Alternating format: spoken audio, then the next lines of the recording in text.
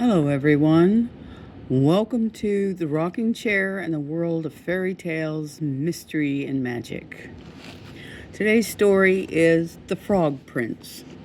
Long ago, when wishes often came true, there lived a king whose daughters were all handsome. But the youngest was so beautiful that the sun himself, who had seen everything, was bemused every time he shone over her beauty. Near the royal castle there was a dark wood, and in the wood underneath an old linden tree there was a well. And when the day was hot, the king's daughter used to go forth into the wood and sit by the brink of the cool well, and if the time seemed long, she would take out her golden ball and throw it up and catch it again, and this was her favorite pastime.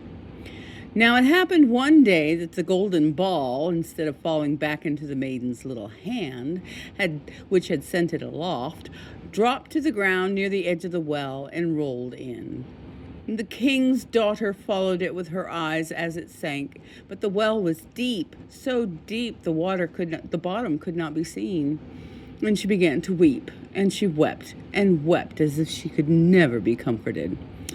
And in the midst of her weeping, she heard a voice saying to her, "What ails you, king's daughter? Your tears would melt a heart of stone." And when she looked to see where the voice came from, there was nothing but a frog, stretching his thick, ugly head out of the water. "Oh, is it you, O waddler?" she said. "I weep because my golden ball has fallen into the well."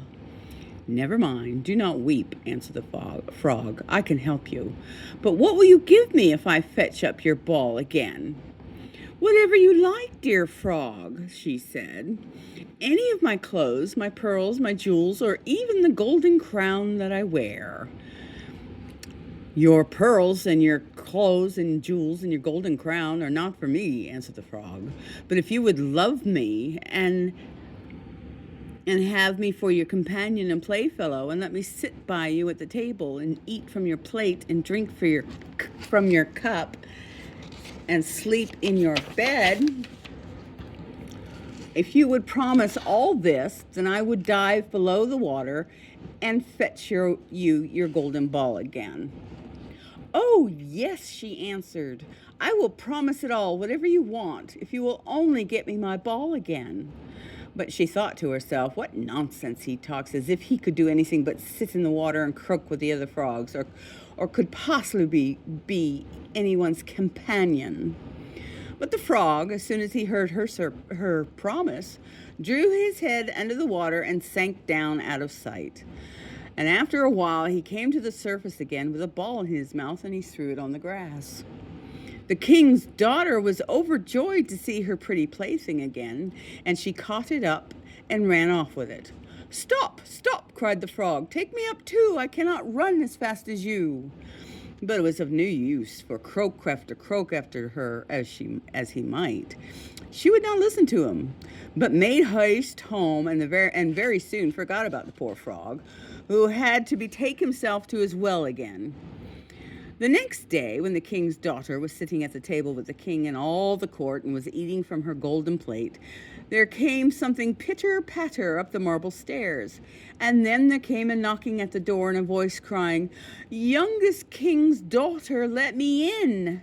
And as she got up and ran to see who it could be, she opened up the door, and there was the frog sitting outside. Then she shut the door hastily and went back to her seat, feeling very uneasy. The king noticed how quickly her heart was beating and said, "My child, what are you afraid of?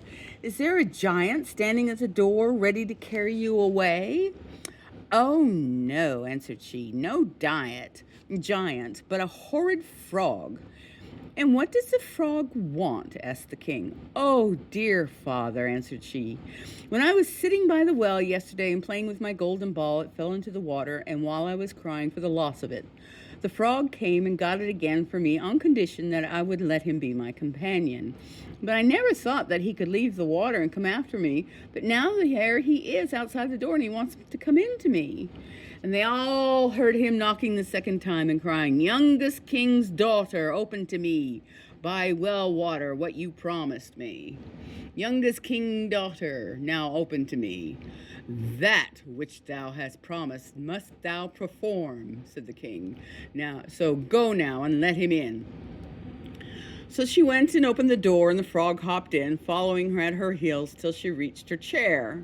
And then he cried, "Let me up to sit by you." But she delayed doing so until the king ordered her.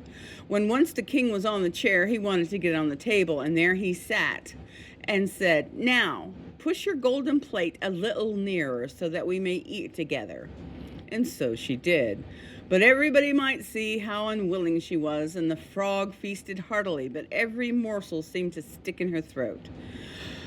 "I've had enough for now," said the frog at last, "and as I'm tired, you must carry me to your room and make ready your silken bed, and we will lie down and go to sleep."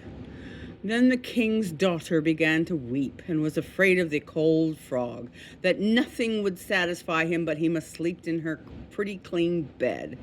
Now the king grew angry with her, saying, "That which thou hast promised in thy time of necessity must thou now perform." So she picked up the frog with her finger and thumb and carried him upstairs and put him in a corner. And when she had laid down to sleep, he came creeping up and saying, "I'm tired, and I want to sleep as well, as much as you do. Take me up, or I will tell your father." Then she felt beside herself with rage, and picking him up, she threw him with all her strength against the wall, crying, "Now will you be quiet, you horrid frog?" But as he fell, he ceased to be a frog and became all at once a prince with beautiful, kind eyes. And it came to pass that with her father's consent, they became bride and bridegroom. And he told her how a wicked witch had bound him by her spells, and how no one but she alone could have released him, and that they two would go together to his father's kingdom. And there came to the door a carriage drawn by 8 white horses with white plumes on their heads, and with gold as a harness. And behind the carriage was standing faithful Henry, the servant of the young prince. Now faithful Henry had suffered such care and pain when his master was turned into a frog, that he had been obliged to wear 3 iron bands over his heart to keep it from breaking with trouble and anxiety.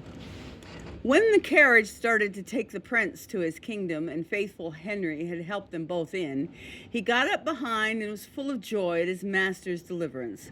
And when they had gone a part of the way, the prince heard a sound at the back of the carriage as if something had broken. And he turned round and cried, "Henry, the wheel must be breaking." But Henry answered, "The wheel does not break, 'tis the band round my heart, that to lessen its ache, when I grieved for your sake, I bound round my heart."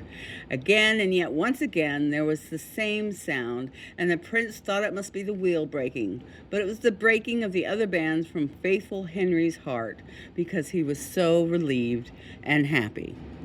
The end.